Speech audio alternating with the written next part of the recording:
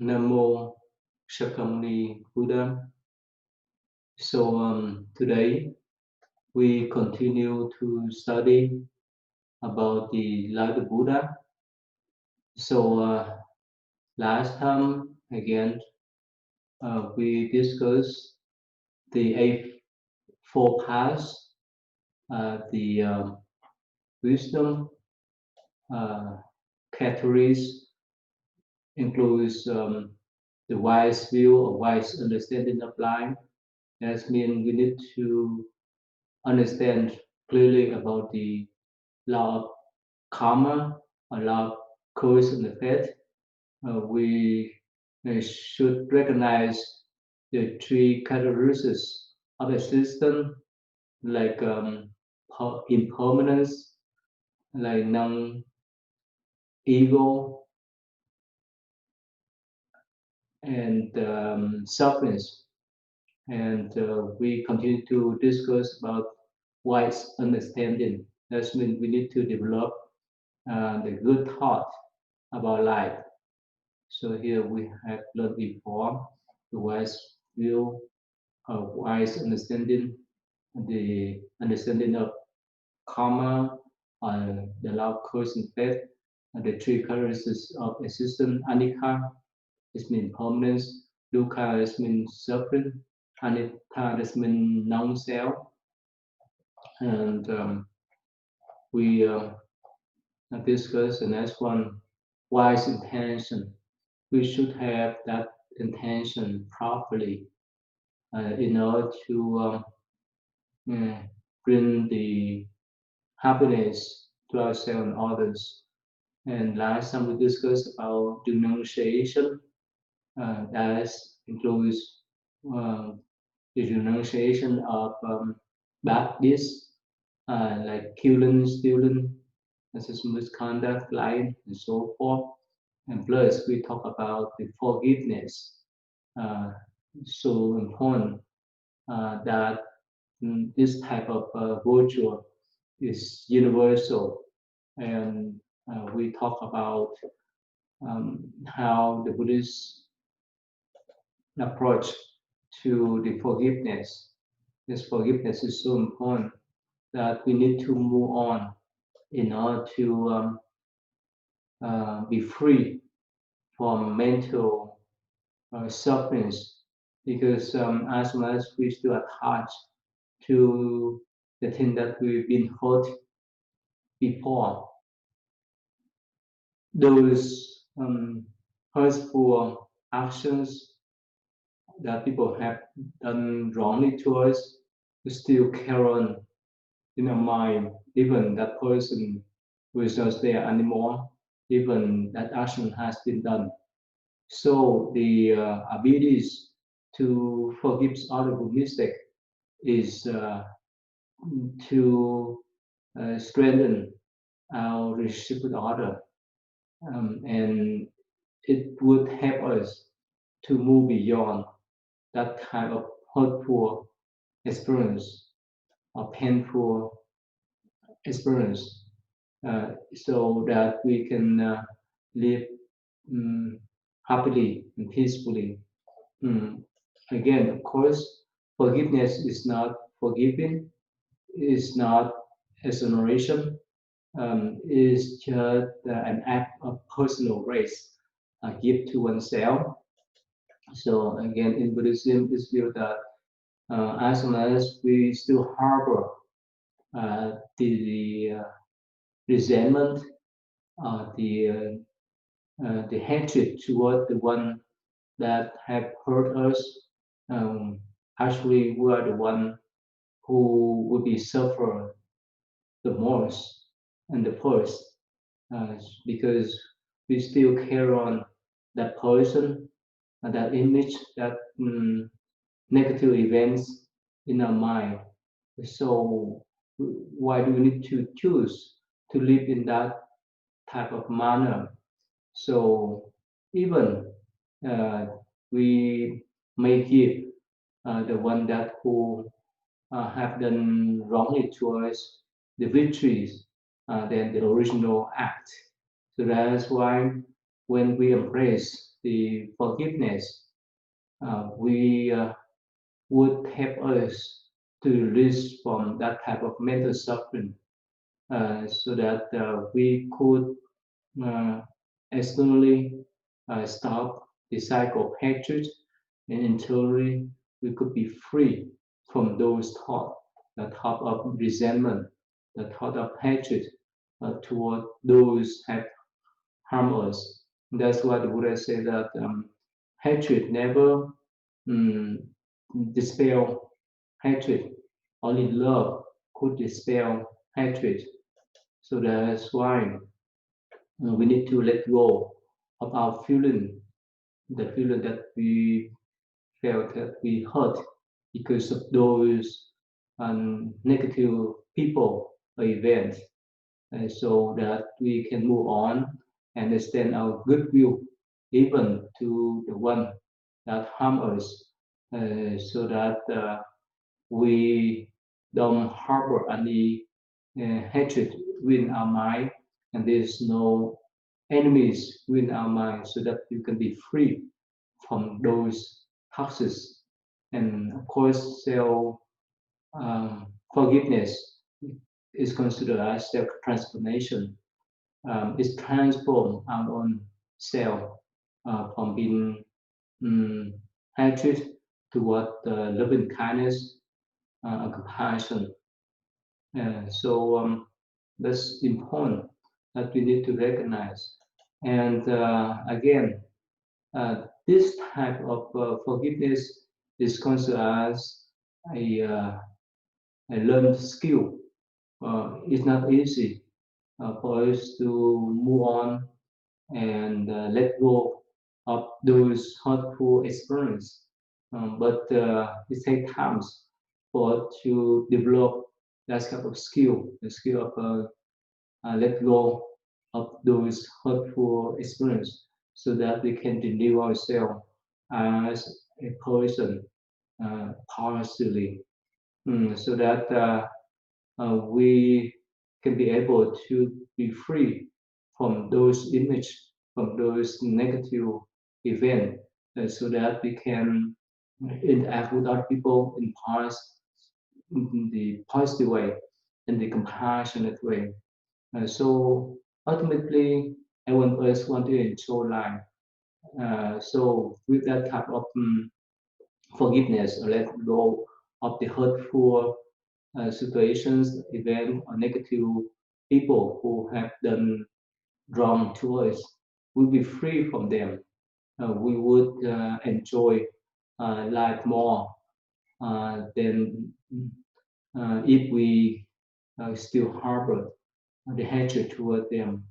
So, of course, if we don't develop that type of skillful uh, actions or virtue to forgive others, our mind would be preoccupied with anger, resentment, guilt, and sadness. And it's easy for us to have emotion physically and mentally whenever we think about those uh, offenses, those offenders, the one who have done wrongly to us, and we would obsess about those offenses more than the good things in our life. So we would stuck with those negative events, those hurtful experiences, instead of enjoy life with our family members, with our lovely one. So we should uh,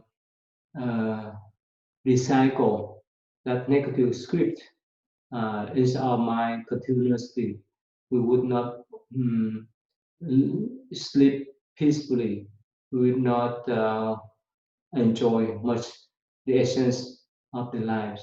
So that is why that's the cause of prolonged anger and resentment toward those have done wrong to us. So we would tie ourselves to whichever or whoever had hurt us before, even the event or that person uh, has been in the past. And so sometimes we would be powerless uh, to be free by ourselves, and we will be chained to those who have harmed us. And so basically, they torture us mentally. And if we don't let go, if we don't forgive their mistake, and we would have those mental sufferings like stress, depressions, tensions, and so forth. This is would be an unhappy uh, in our life if we uh, still keep that type of hatred toward them.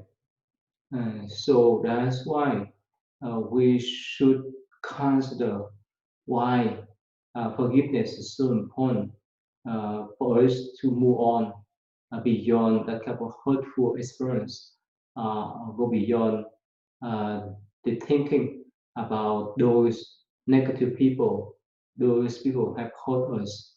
So, and according to psychology, uh, there's some different kinds of forgiveness, uh, like the unconditional one, the conditional one, um, or we want to reconcile or know uh, reconciliation with other people, or we want to cooperate with other people, we should forgive um, them in one side. Well, that means uh, when we talk about unconditional or conditional forgiveness, when we talk about unconditional forgiveness, that means we ask for nothing from the offender, the one who had harmed us, and even we still may require them to earn our trust so that we would forgive them and move beyond that type of negative experience or event. And with that type of unconditional forgiveness, we would express our compassion toward them.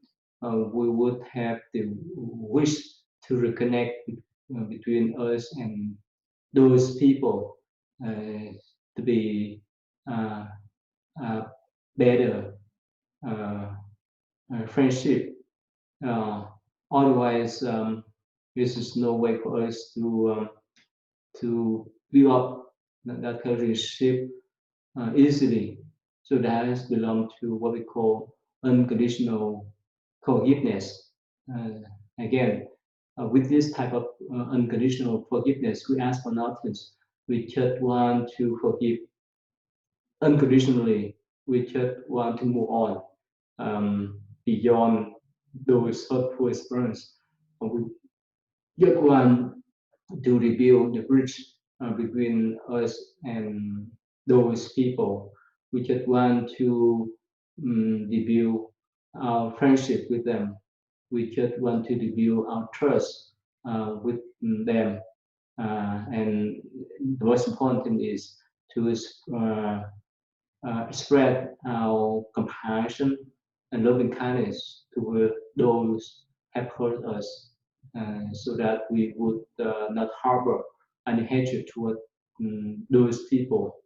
And when we talk about conditional forgiveness, we would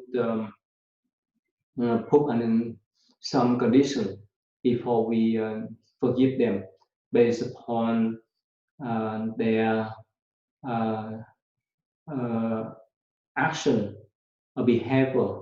Uh, we would forgive them accordingly. That means they should make some type of compromises or fulfill some of our requirements so that we would forgive them. Or we may want to see their sides of remorse, or we want to recognize as they take the responsibilities that they have harmed us uh, in the past. We want to see those signs, but we want to see from their action, from their behavior before we forgive them. So again, that's considered as the conditional forgiveness. Mainly, we want the attitude, we want to recognize their good behavior. We want them to fulfill our requirements so that we would forgive them. For example, if a person have scores or harm us in some ways, we expect they need to approach and say sorry to us. They need to show their remorse, uh, the thing that they have said something negatively to us. They have uh,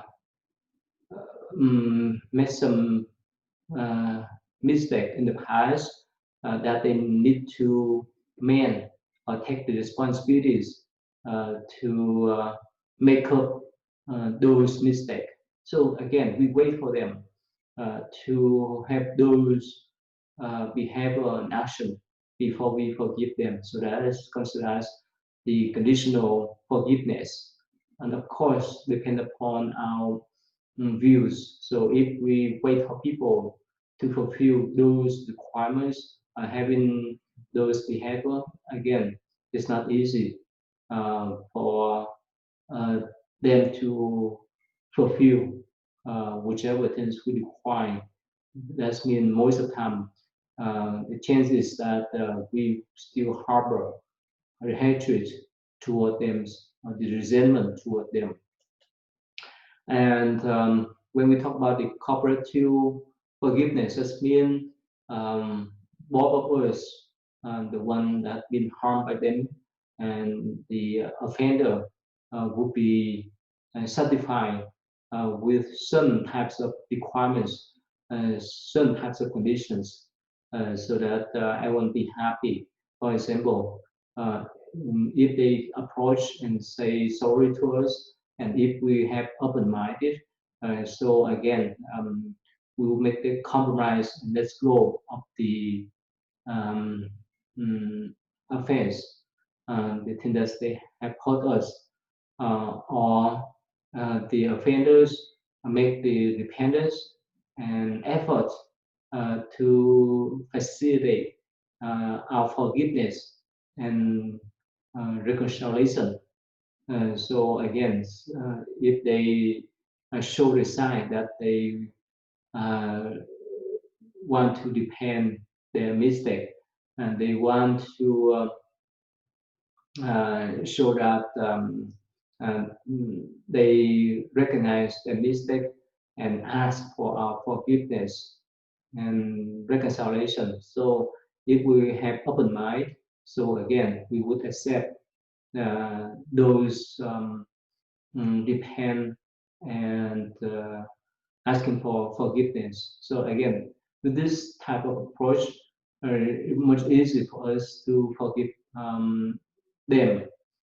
So after that, we could invite them to uh, develop the trust between ourselves and others. So we could review the bridge the, between ourselves and them, so that we can move on and strengthen this relationship. Otherwise, it's not easy. So again, in this type of cooperative forgiveness, it needs both parties to involve in the process of forgiveness. So they uh, would come to us and show their dependence as well as asking for forgiveness. That's the part. And our part is to accept their dependence uh, and mistake, as well as be ready, be open-minded to forgive the mistake. With this kind of cooperative forgiveness, and um, it has more chance for us to let their mistake go, and we could move beyond that, uh, and we could rebuild the bridge of friendship between ourselves and those people. So that is the cooperative forgiveness. And when we talk about one side forgiveness, has been the offender may be unwilling to cooperate. The offender may not like to repent. They may not ask for forgiveness. They may not show any sign of remorse. So it, it's hard for us um, if we uh, meet those type of people to forgive them. Again, it's not easy when those offenders didn't accept or recognize their mistake, or if they don't ask for forgiveness, and if they don't show any signs of dependence, any sign of remorse. So for us, it's not easy to forgive them. This is one-sided. But of course, whether it's just one-sided or cooperative forgiveness, again, whenever we could implement the virtue of forgiveness in our life and move on instead of harbor our hatred and resentment toward the offenders, the one that harm us, we free ourselves from those people and events uh, constantly. Um, Otherwise, mm, whether they ask for our forgiveness or whether they show their repentance or remorse, uh, is not much important than the way how we are willing to forgive them or not. So that's why whether we want to reconcile or not want to reconcile um, with those people or events, if we want to reconcile, um, we would move beyond that type of negative or hurtful experience, and we have the choice to let go of those negative experience, hurtful experience, and we may gain more than loss, because if we could forgive them, we could have ourselves mentally uh, uh, been positive or been happy.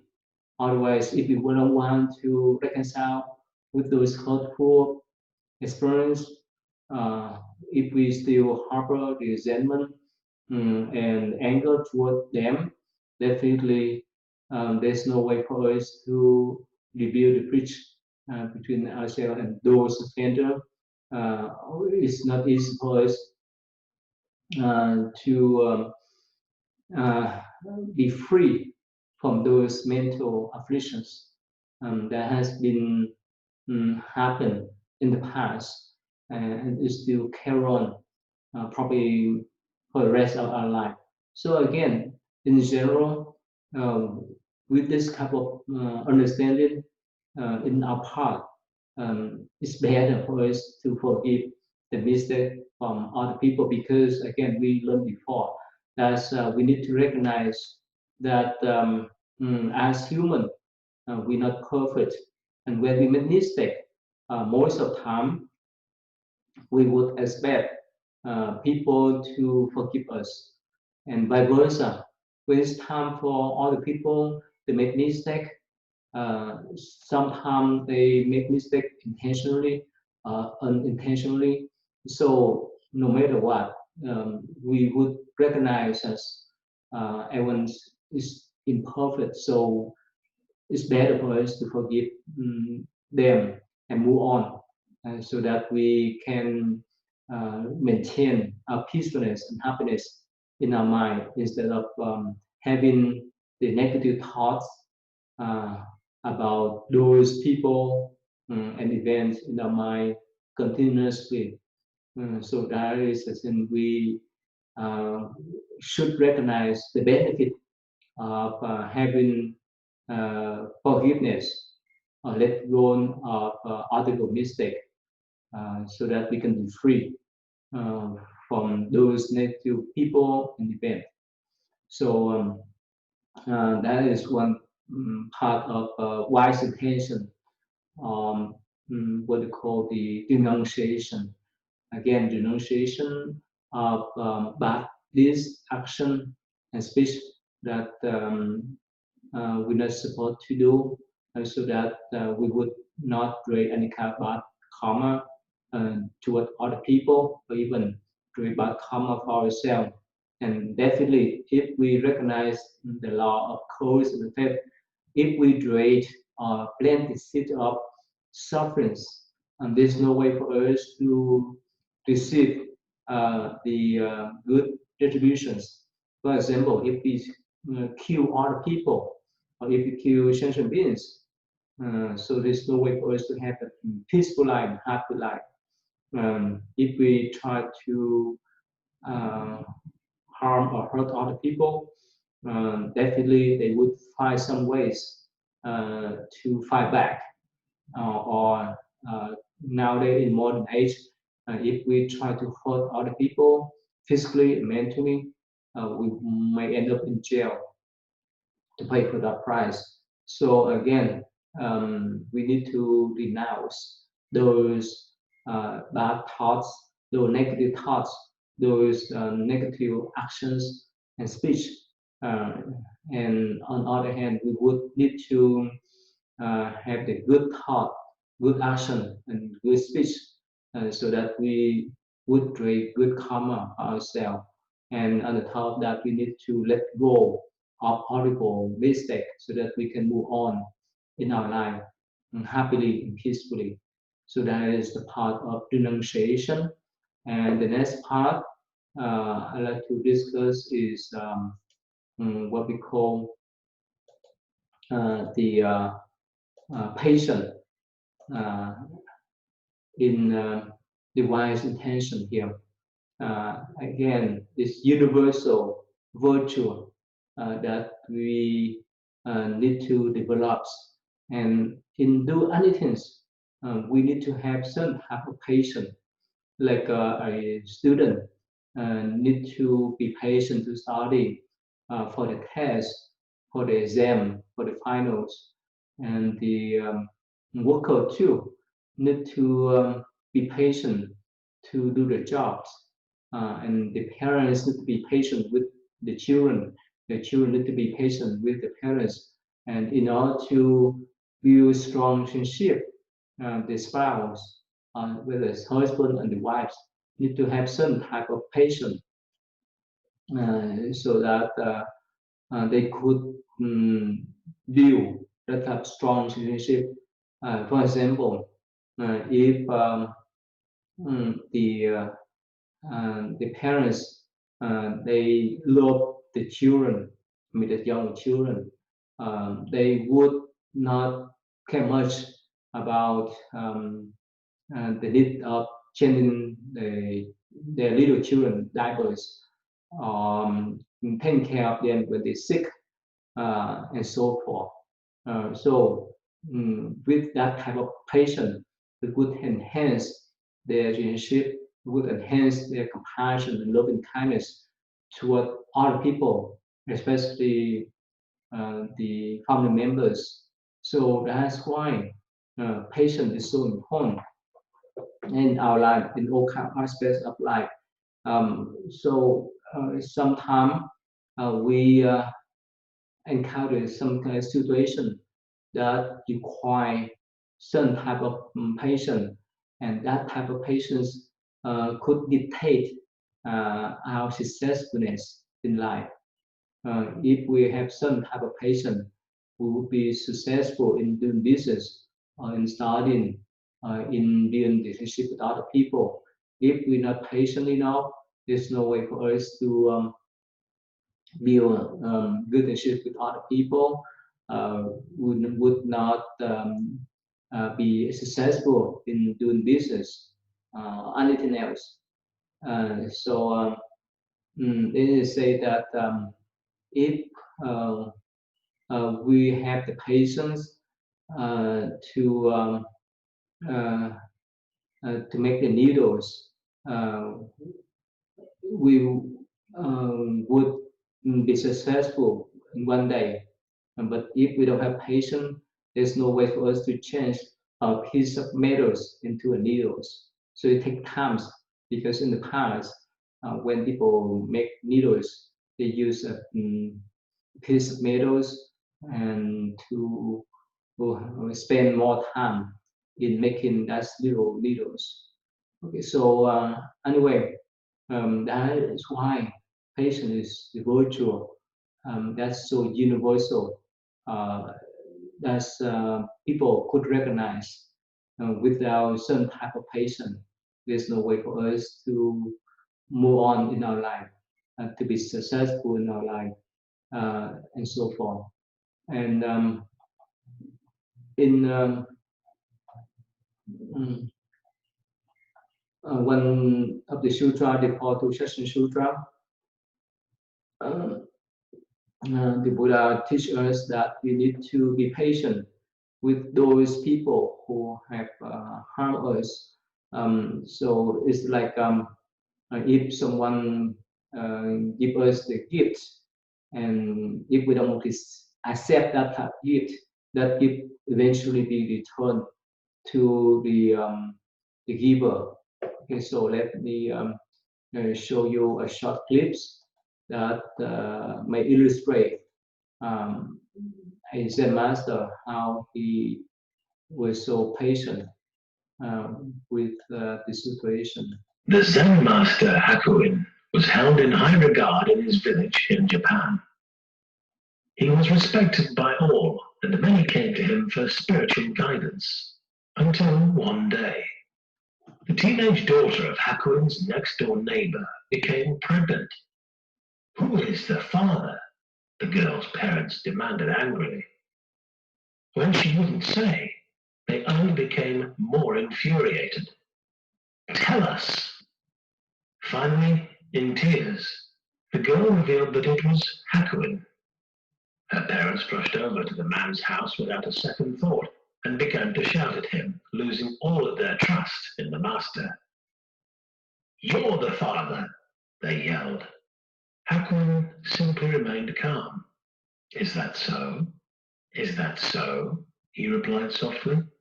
Of course, his reputation was ruined. No one came to him for teaching or guidance. No one respected him anymore. Despite this, Hakuin remained unmoved. When the child was born, the girl's parents brought the baby to Hakuin. Since you're the father, you'd better take care of him. Hakuin lovingly cared for the child for an entire year, still steady and calm, not seeming to mind that his reputation was in ruins. And then the truth finally came out.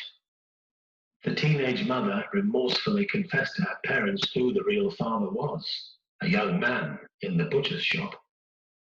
Distraught by her lie, her parents quickly went to Hakuin for forgiveness. This isn't your child, they whispered. We are so sorry, Hakuin. The master responds to falsehood and truth, bad news and good news in exactly the same way. Is that so? He allows the form of the moment, good or bad, to be as it is, and so does not become a participant in human drama. Okay, here. So you see that again. This is one of the famous story in the Zen traditions. So again, let me summarize what's the story about. So a Zen master was accused wrongly that he impregnated 18 girls. And when she gave birth to a child, uh, her parents brought that child to the Zen master to take care of. And he just say, is that so? He just accept. Mm, and of course, maybe people looked up on him, and his was ruined because of this kind of accusation. And later on, the girl revealed the real uh, fathers of a child, and her parents again went to meet the master and apologize for their wrong accusation. And so the master say, is that so? So again, um, it's not easy for common people to accept the wrong accusation, criticism. Most of the time, we would react. Uh, if people blame us or accuse us wrongly. But for the Zen master, because their mind is so peaceful and calm, whichever thing happen, they just accept, and they would not try to argue. They would not try to fight. They just accept and move on. Whether people praise them or denounce them, they just accept. Of course, for common people like us, it's not easy, but still, that show the great patience from this Zen master. So that's just the big lesson for us uh, to learn from. Uh, and in our win-win solutions, there's some story that relate to the compassionate Bodhisattva that show her patience towards sentient beings. Let me show you that clip. Uh, and this is one of the most popular.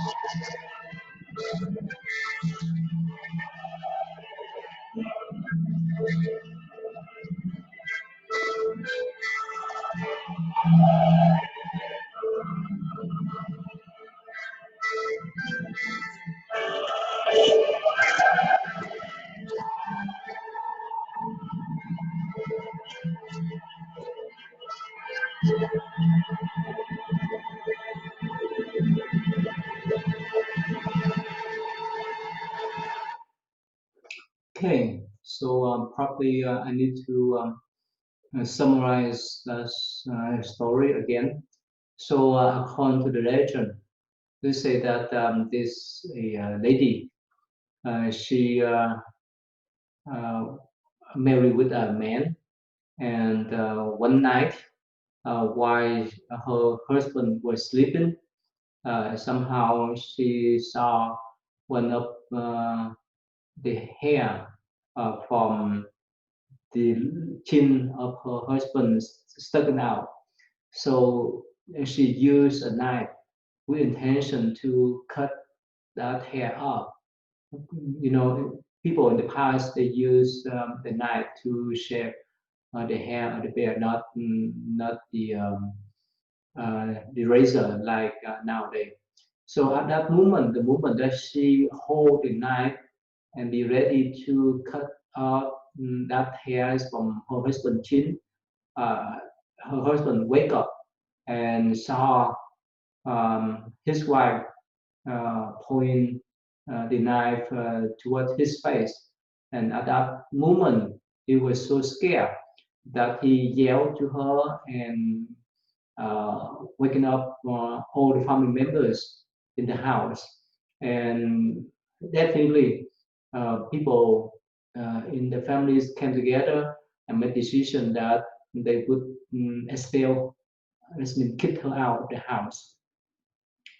So she could not explain to them anything else except leaving the house.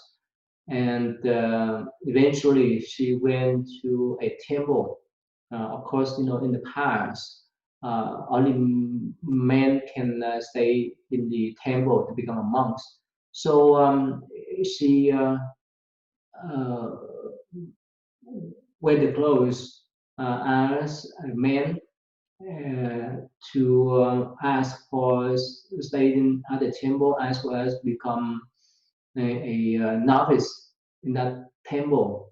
So she was accepted as a novice with the assumption that she was a male novice, not a female novice.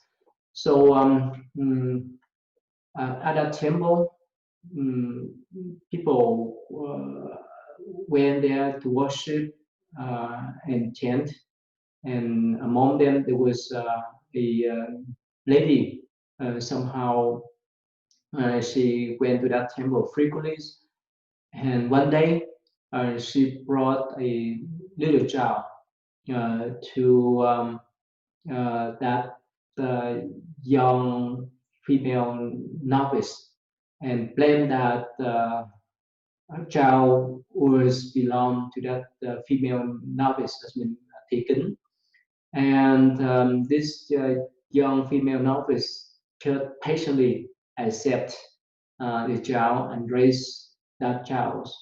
And 2 years later, she was sick, and before she passed away, she wrote a letter to indicate that she was not a male novice but a female one. And when the master read her letters, and the people in the village recognized her as Wang or the compassionate Bodhisattva who was patient with the situations. Uh, and again, that's a good and famous lesson to common people to be patient with those uh, situations. Of course, for common people, again, if we was accused wrongly, there's no way for us to accept that type of accusation. And of course, we would try to hire the lawyer to fight back. But for the Zen master or the Buddhist Sattva in the past, they would accept any conditions, whether it's negative or positive, and move on in their life. So with that great patient, they could have sensation beings. So it's time up. Let me stop here today, and I will return and discuss more about the patient, how we utilize this kind of virtue to enhance our peacefulness and happiness in our life. Nam mô Shakyamuni Buddha.